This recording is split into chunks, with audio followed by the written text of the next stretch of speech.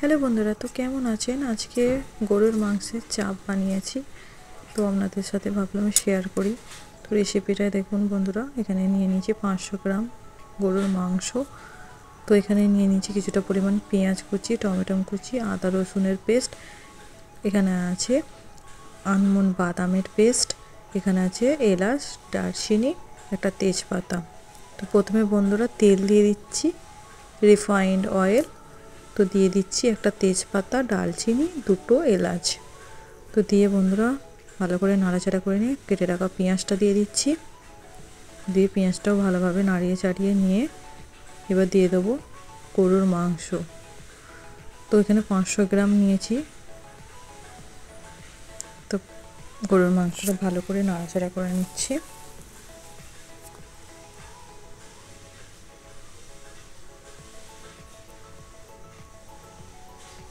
তো দেখুন আদা রসুনের বাটা 2 চামচের মতন দিয়ে ভালোভাবে কষিয়ে নিচ্ছি। মাংসটা যত কষাবেন তত টেস্টি হবে। তো ভালোভাবে কষিয়ে নিচ্ছি। দেখুন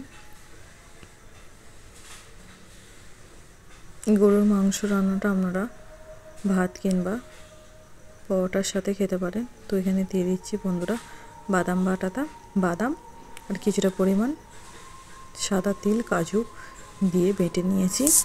পোস্ত আছে, চারমগজ আছে।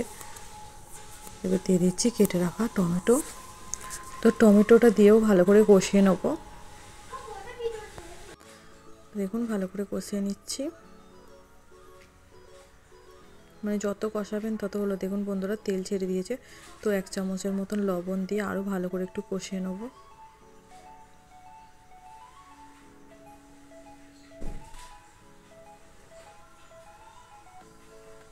তো দেখুন কষিয়ে কষিয়ে তেল ছেড়ে দিচ্ছে।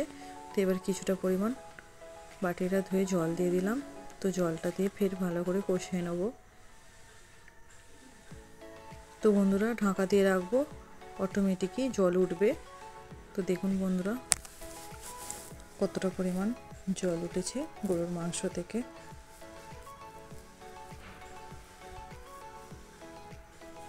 তো দেখুন দিয়ে দিচ্ছি লঙ্কার গুঁড়ো, হলুদের গুঁড়ো দিয়ে বন্ধুরা এবার ভালো করে কষিয়ে নেব।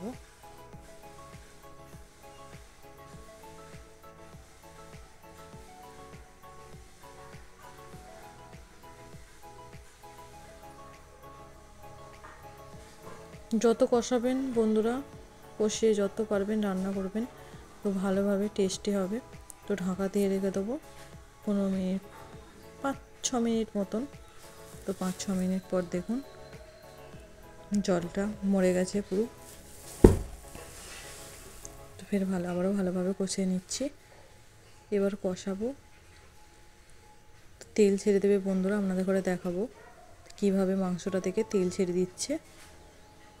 যতক্ষণ না মাংসে তেল ছেড়ে দিচ্ছে, যে কোনো রান্নায় যতক্ষণ না তেল ছাড়ছে সেই রান্নাটা টেস্টি হয় না। তো বন্ধুরা দেখুন তেল ছাড়তে অটোমেটিক দেখুন কত সুন্দরভাবে তেল বেরোচ্ছে। তো দেখুন কত সুন্দর তেলটা বেরিয়ে ছেড়ে দিয়েছে।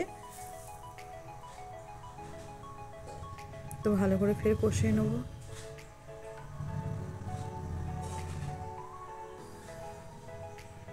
দেখুন আমাদের ঘরে দেখাচ্ছি কত সুন্দর লাগছে। দেখুন আবারও কষিয়ে নিয়েছি। এবার কিছুটা পরিমাণ ধনে জিরে গুঁড়ো দিয়ে দেবো উপর দিয়ে। তো দেখুন বন্ধুরা কত সুন্দর তেল ছেড়ে দিয়েছে। উপর দিয়ে ধনে জিরে গুঁড়ো দিয়ে দিচ্ছি, দিয়ে আবারও ভালো করে নাড়াচাড়া করে নেব।